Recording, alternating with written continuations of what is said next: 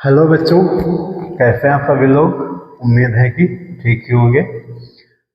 हम लोग class 10th की साइंस पढ़ रहे हैं, जिसमें से ऑलरेडी हम लोगों ने 2 लेक्चर कवर कर लिए हैं।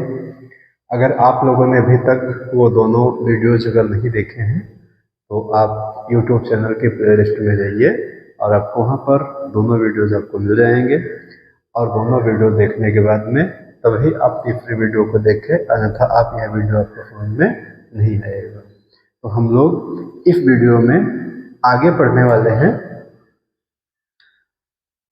पहला हम चैप्टर पढ़ रहे हैं रासायनिक अभिक्रियाएं एवं समीकरण। तो इसमें हम लोग समझने वाले हैं रासायनिक अभिक्रिया क्या होती है, वो तो हम समझ चुके हैं। अब आगे हम समझते हैं रासायनिक समीकरण एवं रासायनिक अभिक्रियाओं के प्रकार। तो सबसे पहले हम लोग यहाँ पर देखते हैं, और यहाँ पर हमारा आता है रासायनिक समीकरण। रासायनिक समीकरण, तो देखिए बच्चों, रासायनिक समीकरण क्या होता है। रासायनिक समीकरण का मतलब ये होता है किसी भी अभिक्रिया को, कोई अगर हमारी अभिक्रिया है, उस अभिक्रिया को उसके प्रतीकों के द्वारा प्रदर्शित करने की क्रिया को रासायनिक समीकरण कहते हैं। फॉर एग्जाम्पल, यहाँ पर हमारा चीनी है, यहाँ पर हमारी चीनी है और यहाँ पर हमारा जल है। दोनों की अगर आपस में अभिक्रिया होगी तो इधर हमारा ग्लूकोज और इधर हमारा फ्रक्टोज बनेगा। इधर हमारा ग्लूकोज और इधर हमारा फ्रक्टोज बनेगा। तो यह एक हमारे रासायनिक अभिक्रिया है। लेकिन इसी को अगर हम इसके प्रतीकों के द्वारा, सूत्रों के द्वारा अगर निरूपित करते हैं, जैसे चीनी का सूत्र होता है C12H22O प्लस जल का होता है H2O। इसको अभिक्रिया में हम लोग लिखेंगे तो ग्लूकोज का सूत्र होता है C6H12O6, फ्रक्टोज का भी होता है C6H12O6। तो ये रासायनिक अभिक्रिया है, ये भी रासायनिक अभिक्रिया है, लेकिन यह केवल रासायनिक अभिक्रिया है और इसको हम लोग रासायनिक समीकरण कहेंगे, क्योंकि यह जो रासायनिक अभिक्रिया है इसको रासायनिक अभिक्रिया में भाग लेने वाले अभिकारकों के सूत्रों के रूप में निरूपित किया गया है। तो इसीलिए इसको हम लोग कहेंगे रासायनिक समीकरण। तो रासायनिक समीकरण की परिभाषा आपको समझ में आई होगी, उम्मीद है कि किसी अभिक्रिया को उसके तत्वों या सूत्रों के रूप में निरूपित करें। किसी अभिक्रिया को उसके सूत्रों या प्रतीकों के रूप में निरूपित करना ही रासायनिक समीकरण कहलाता है। फॉर एग्जाम्पल, चीनी प्लस जल को मिलाकर ग्लूकोज और फ्रक्टोज बनता है। चीनी का सूत्र C12H22O11 प्लस जल का सूत्र H2O एरो, ग्लूकोज का सूत्र C6H12O6, फ्रक्टोज का सूत्र C6H12O6 होता है। तो ये हमारा रासायनिक समीकरण हुआ। आगे हम बात करते हैं रासायनिक समीकरण के प्रकार। रासायनिक समीकरण के प्रकार की, तो रासायनिक समीकरण के प्रकार की जब बात करते हैं तो रासायनिक समीकरण के प्रकार होते हैं 2 प्रकार के भैया। पहला होता है इसमें संतुलित रासायनिक समीकरण, रासायनिक समीकरण, और दूसरा होता है असंतुलित रासायनिक समीकरण।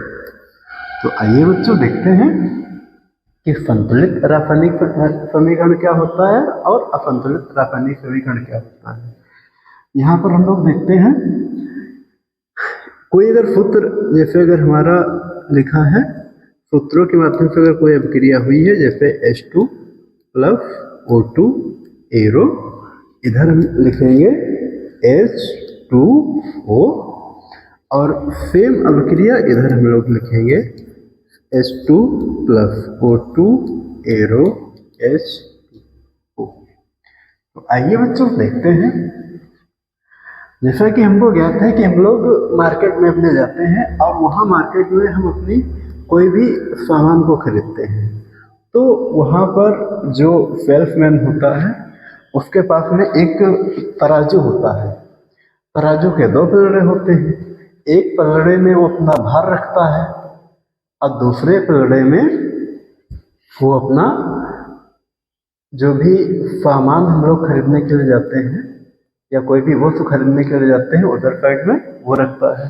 तो जब तक ये दोनों एक सीध में नहीं आ जाते, बराबर नहीं हो जाते, तब तक वस्तु को कम और ज़्यादा किया जाता है।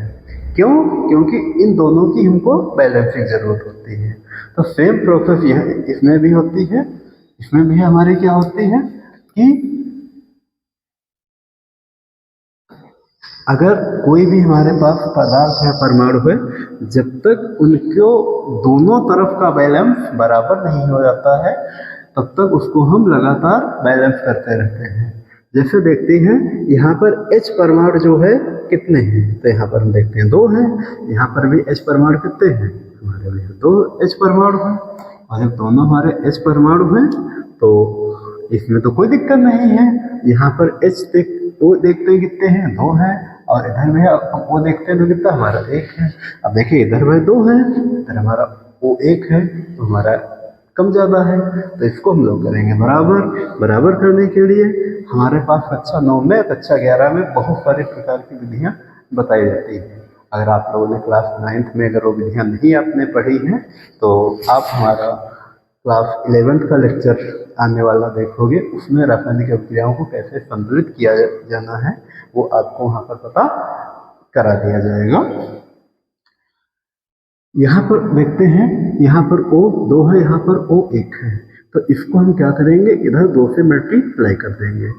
तो जब जैसे 2 से मल्टीप्लाई करेंगे तो 2 1 कम 2, और इधर भी कितने हो गए 2, तो O तो हमारा बराबर हो गया।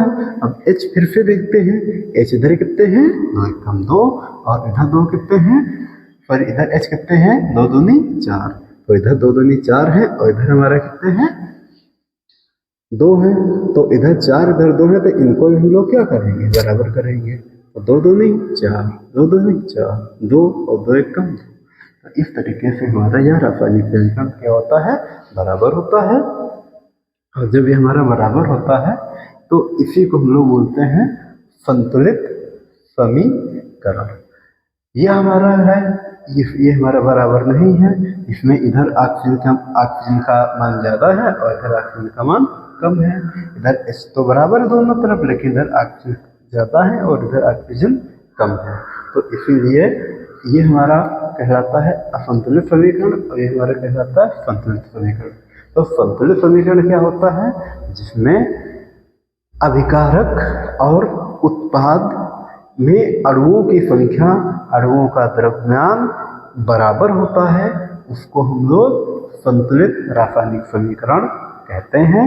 और जो असंतुलित समीकरण में अभिकारक और उत्पाद में अणुओं का द्रव्यमान या अणुओं की संख्या बराबर नहीं होती है, इसलिए असंतुलित समीकरण कहते हैं। तो आपको उम्मीद है समझ में आ गया होगा।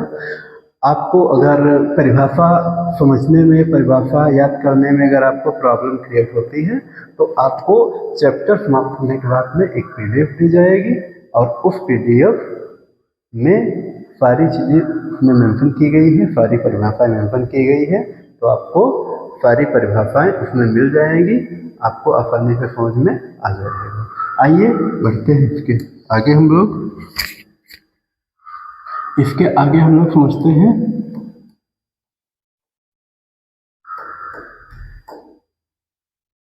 रासायनिक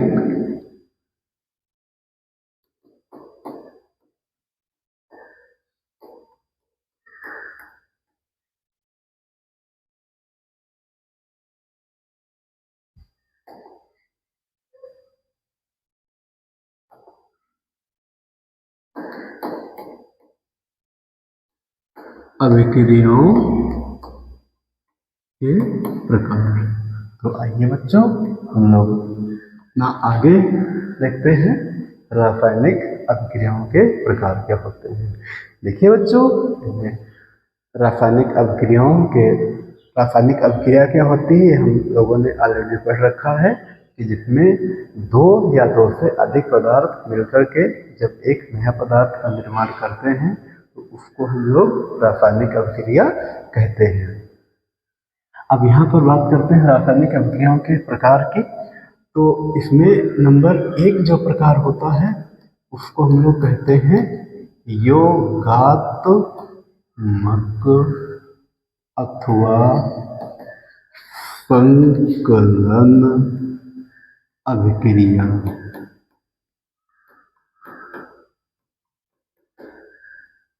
अंग्रेजी में इसके लिए शब्द होता है एडिशनल रिएक्शन।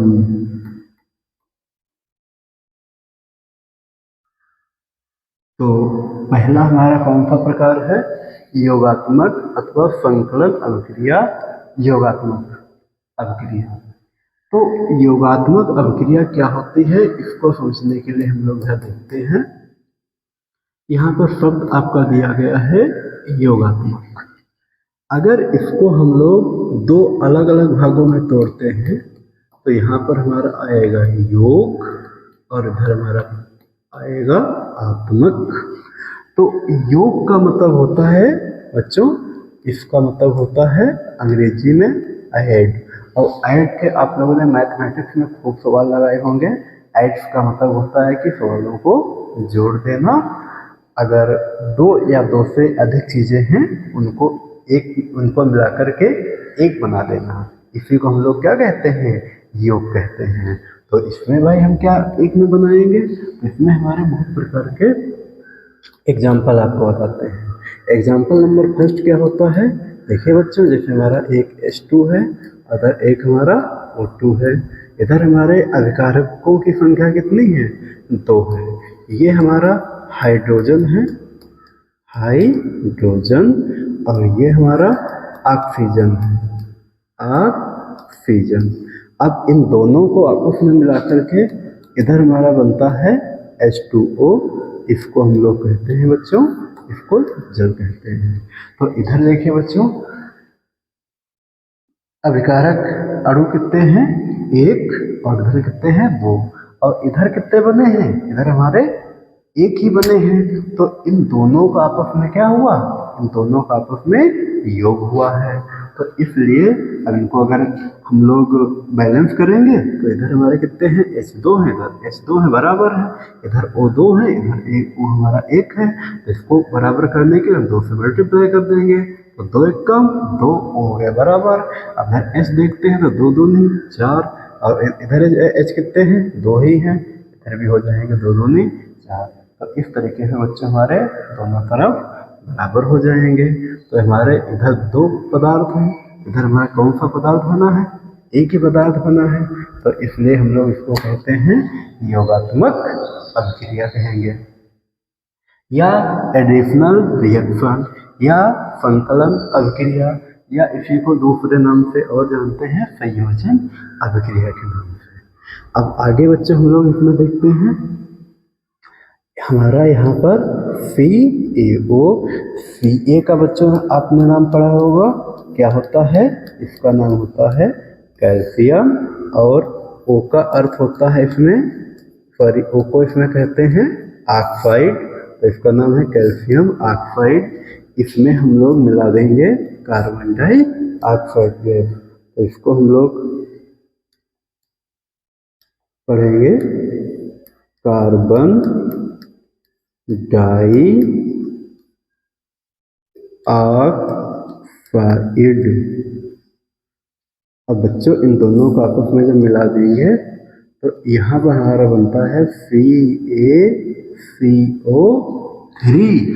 यहाँ पर देखो C एक है, Ca एक है, इधर Ca एक है, इधर O कितने हैं, 1 और 2 3 हो गए, जाकर 1 और 2 3 हो गए। यहाँ O बच्चों कितने हैं, 3 हैं। इधर C कितना है, 1 है, इधर C कितना 1 है। अर्थात ये हमारा क्या है, संतुलित समीकरण। कोई भी रासायनिक अभिक्रिया कंप्लीट तब तक नहीं मानी जाती है तब तक वो संतुलित समीकरण नहीं बन जाती है। तो ये हमारे दोनों तरफ संतुलित समीकरण है। तो इसका बच्चों नाम क्या होगा, इसका Ca जो है, Ca का नाम होता है कैल्शियम, और CO3 को कहते हैं कार्बोनेट। आप लोग इतना याद रखें, जहां कहीं पर CO3 आए उसको हम लोग कार्बोनेट कहते हैं।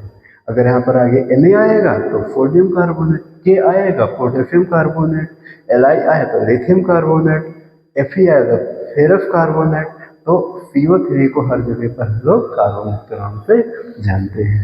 तो देखिए बच्चों, इधर हमारे कितने पदार्थ हैं, 1 और 2, और इधर हमारे कितने बने हैं, एक ही पदार्थ बना है। तो इसलिए इसको हम लोग कहेंगे जब 2 या 2 से अधिक, इधर 2 ही, 2 से अधिक भी हो सकते हैं, जब 2 या 2 से अधिक पदार्थों को मिलकर जब एक ही पदार्थ का निर्माण होता है तो ऐसी अभिक्रिया को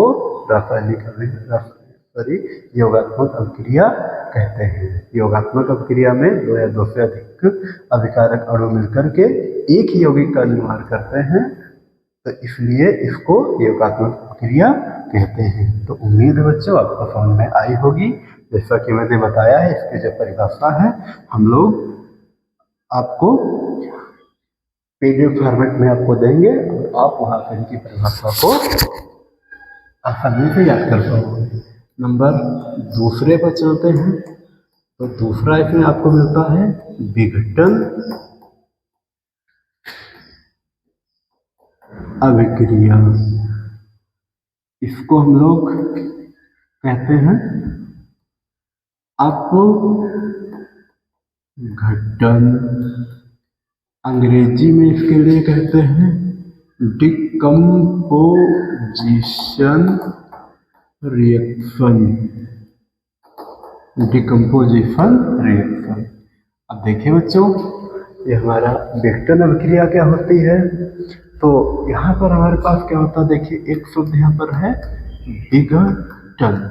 विघटन का मतलब होता है कि किसी भारी पदार्थ से टूट करके छोटे छोटे पदार्थ बन जाना, इसी को हम लोग क्या कहते हैं, विघटन कहते हैं। अगर कोई हमारा भारी पदार्थ है वह टूट करके अगर छोटा छोटा अगर हो जाता है तो उसे हम लोग विघटन कहते हैं। तो यहाँ पर बच्चों विघटन अभिक्रिया क्या होगी, आइए समझते हैं। देखिए बच्चों, यहाँ पर जैसा नाम से विदित है विघटन, तो इसमें कोई एक अकेला अणु होगा, जैसे CaCO3। यह हमारा, आपको अभी इसका नाम क्या बताया है, कैल्शियम कार्बोनेट। यह एक हमारा पदार्थ है। इसको जब हम लोग ऊष्मा देते हैं, गर्म करते हैं, तो इधर या बच्चों CaO प्लस CO2 में विघटित हो जाता है। CaO प्लस CO2 में विघटित हो जाता है। तो इधर हमारा कितना पदार्थ है, एक पदार्थ है। इधर कितना पदार्थ है, 2 पदार्थ है। तो यह क्या हो गया है, अपने अणुओं में विघटित हो गया है। तो विघटन अभिक्रिया में एक पदार्थ ही 2 या 2 से अधिक पदार्थों का निर्माण करता है, इसलिए इसको विघटन अभिक्रिया कहते हैं। आइए बच्चों हम दूसरा एग्जाम्पल देखते हैं। दूसरा एग्जाम्पल आपको मिल जाएगा KClO3। देखिए बच्चों, जो K है, K को हम लोग कहते हैं पोटेशियम। इसको हम लोग कहते हैं पोटेशियम, और ClO3 को कहते हैं क्लोरेट बच्चों, क्लोरेट। क्लोरेट। तो इसको जहाँ पर भी आपको ClO3 एक साथ दिखाई पड़े वहाँ पर सदैव इसको आपको क्लोरेट कहना है। आगे Na लगा हो तो सोडियम क्लोरेट, Ca लगा हो तो कैल्शियम क्लोरेट। तो जहाँ पर ClO3 आपको एक साथ दिखाई पड़ता है तो वहाँ पर आपको इसे क्या करना है, क्लोरेट कहना है। ये बच्चों ये टूट करके आपके दो अणुओं में विभाजित हो जाता है, एक KCl और एक O2 में। तो आइए बच्चों इधर देखते हैं K कितना है, एक इधर K कितना है, एक इधर Cl कितना है, एक इधर Cl कितना है, कितना है। इधर O कितने हैं, 3, इधर O कितने हैं, 2। अभी तो बराबर नहीं है। मैंने जैसा बताया कि आपकी रासायनिक अभिक्रिया कंप्लीट तभी मानी जाती है जब दोनों तरफ के अणुओं की संख्या दोनों तरफ के दरम्यान बराबर होते हैं। तो यहाँ पर देखते हैं 3 और 2 में ऐसा क्या किया जाए कि दोनों बराबर हो जाए। तो जो इधर है इधर मल्टीप्लाई करा दो, जो इधर है इधर मल्टीप्लाई करा दो। तो इधर बच्चों कितने हैं, 2 हैं। इधर कितने से मल्टीप्लाई कराएंगे, 2। अब के कितने हो गए बच्चों, 2। तो यहाँ पर भी कितने बढ़ाने पड़ेंगे, 2। Cl कितने हैं, 2, 2 एकम 2, 2 एकम 2। और O कितने हैं, 3 दूनी 6 बच्चों। यहाँ पर कितने हैं, 2। तो इधर भी हम कितने बढ़ाएंगे, 3, 3 दूनी 6। अब दोनों तरफ बराबर हो गए हैं। तो इस प्रकार की अभिक्रियाएं बच्चों क्या कहलाती हैं, विघटन अभिक्रियाएं। जब एक ही पदार्थ के द्वारा 2 या 2 से अधिक पदार्थों का निर्माण होता है तो ऐसी अभिक्रिया को विघटन अभिक्रिया कहते हैं। ओके बच्चों, उम्मीद है कि आपको समझ में आई होगी। अब यहाँ पर हम बात करते हैं कि जो विघटन इसमें होता है वो होता कैसे कैसे है। विघटन होता कैसे कैसे हो सकता है, तो विघटन बच्चों 3 प्रकार से इसमें हो सकता है।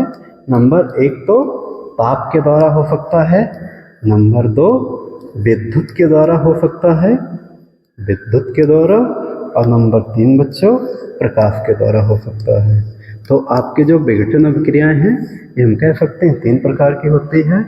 ताप विघटित अभिक्रियाएं, ताप विघटित अभिक्रियाएं, विद्युत विघटित अभिक्रियाएं और प्रकाश विघटन अभिक्रियाएं। तो बच्चों जब ताप के द्वारा कोई पदार्थ विघटन हो जाए तो उसको ताप विघटित कहते हैं। जब विद्युत के द्वारा कोई पदार्थ अवघटित हो जाए तो उसको ताप विघटित कहते हैं। और जब प्रकाश के द्वारा विघटित हो जाए तो उसे प्रकाश विघटन अभिक्रिया कहते हैं बच्चों। तो ठीक है बच्चों, आगे हम लोग समझते हैं इसका तीसरा प्रकार।